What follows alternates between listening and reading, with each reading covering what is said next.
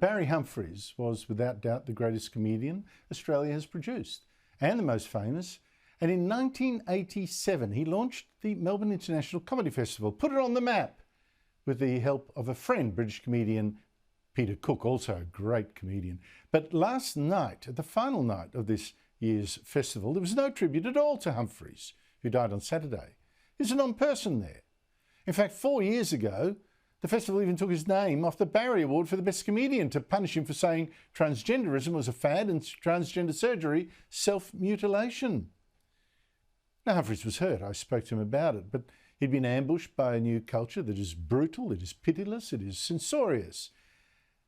Now, let me actually underline, there is no doubt that Humphries was a genius and made more people laugh than any of the comedians at this year's festival ever will. Here is just a taste. Enjoy. You're looking wonderful. You're ageless. Well, I'm trying to be ageless. I've had a little work done, but have you? Not quite as much as some. No. Don't look at me when you say that. Keep your eyes that way. No, but the thing is, you are still recognisable. That's what some people, you know this as well as I do.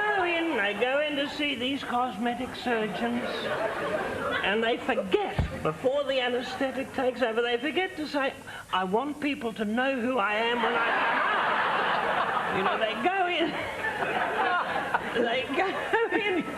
like a Mercedes, and they come out like the backside of a Ford Mondeo. You see how clever he is. That's ad-libbing, right? That's not a scripted thing. Brilliant.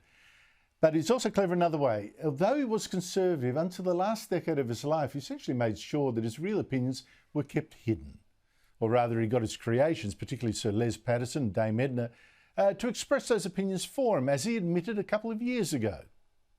But I'm lucky in that I have a number of characters who can express things on my behalf without me getting into trouble. You see, Les Patterson can be very politically incorrect, and it's a relief to express views which we privately hold but dare not publicly ventilate.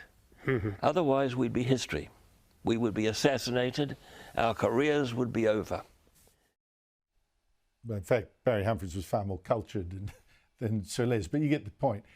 But these times are getting so crazy, and maybe Barry Humphries got so impatient as he got older that he did speak out as himself.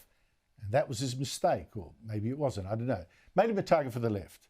His comments about transgenderism, for instance. But he also attacked the Australian Human Rights Commission for hounding cartoonist Bill Leak to his death over a cartoon on neglect of Aboriginal children the Commission falsely claimed was racist. Here is Humphries at Leak's memorial.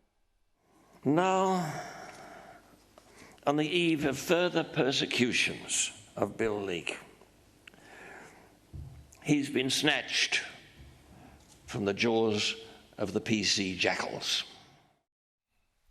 Barry Humphries had outed himself as a conservative, and that could not be forgiven by his enemies of the left, for whom you judge an artist now by all his political opinions and behaviours and a long and ever-changing, political correctness kind of measurement, not by their work. But I'm letting the politics now dominate his legacy, that legacy of just simply making millions of people laugh.